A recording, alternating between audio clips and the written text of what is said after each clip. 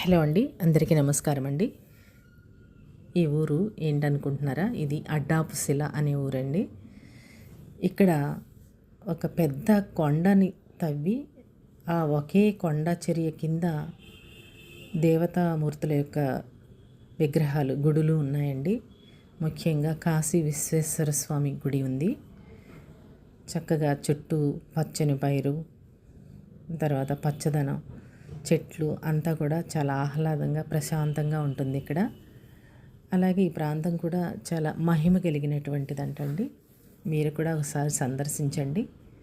చూసారా, మా ఫ్రెండ్స్ అంతా కలిసి హరిత విజయనగరం గ్రూప్ తరపున అందరం ఫ్రెండ్స్ అంతా కలిసి ఈ ప్రాంతానికి ఒక పిక్నిక్ లాగా వచ్చామండి. మెయిన్ రోడ్ దిగిన తర్వాత కొంచెం లోపలికి వెళ్ళాలన్నమాట. అక్కడ ఈ గుడి ఉంటుంది, గుళ్ళు ఉంటాయి. ఈరోజు ఒక మంచి మాట చెప్పుకుందామండి. మా గురువు గారు చెప్తుంటారు, కాలమంటే ఎరుగనివాడు పామరుడు, కాలంబు లెక్కించడేని దానవుడు అని.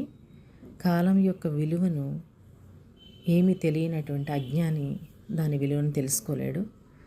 అలాంటి కాలాన్ని మనం తెలుసుకుని మనం ప్రవర్తిస్తే, మనం ఆ కాలాన్ని సద్వినియోగం చేసుకుంటే చాలా మంచిది.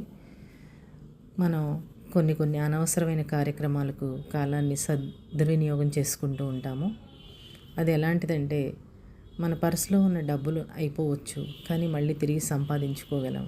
కానీ కాలాన్ని వెనక్కి తీసుకురాలేము, అది ఎప్పటికీ మళ్ళీ తిరిగి రాదు. అందుకు ఉన్నటువంటి సమయాన్నే మనం మంచి కార్యక్రమాలకి సద్వినియోగం చేసుకోవాలి అని అంటుంటారు. చూసారా ఈ గుడులు? ఇదంతా కూడా చాలా చక్కగా ఆహ్లాదంగా ఉంది. చూడండి, ఇక్కడ విశాలాక్షి అమ్మవారి విగ్రహం ఉంటుంది ఇక్కడ. తర్వాత శ్రీ రమా సత్యనారాయణ స్వామి గుడి, ఈ యొక్క స్తూపం, తర్వాత నంది, అలాగే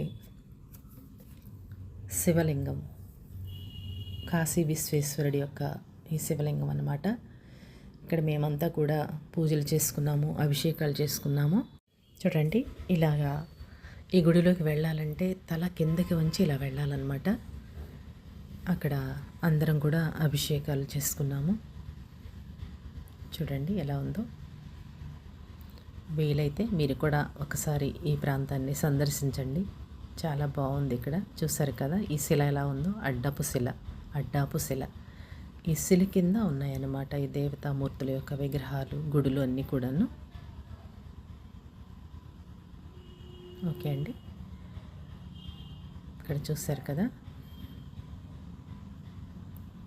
ఈ ప్రాంతాన్ని మీరు కూడా ఒకసారి సందర్శించుకోండి. చాలా మహిమ కలిగిన ప్లేస్ ఇది. థ్యాంక్ యూ అండి, థ్యాంక్ యూ.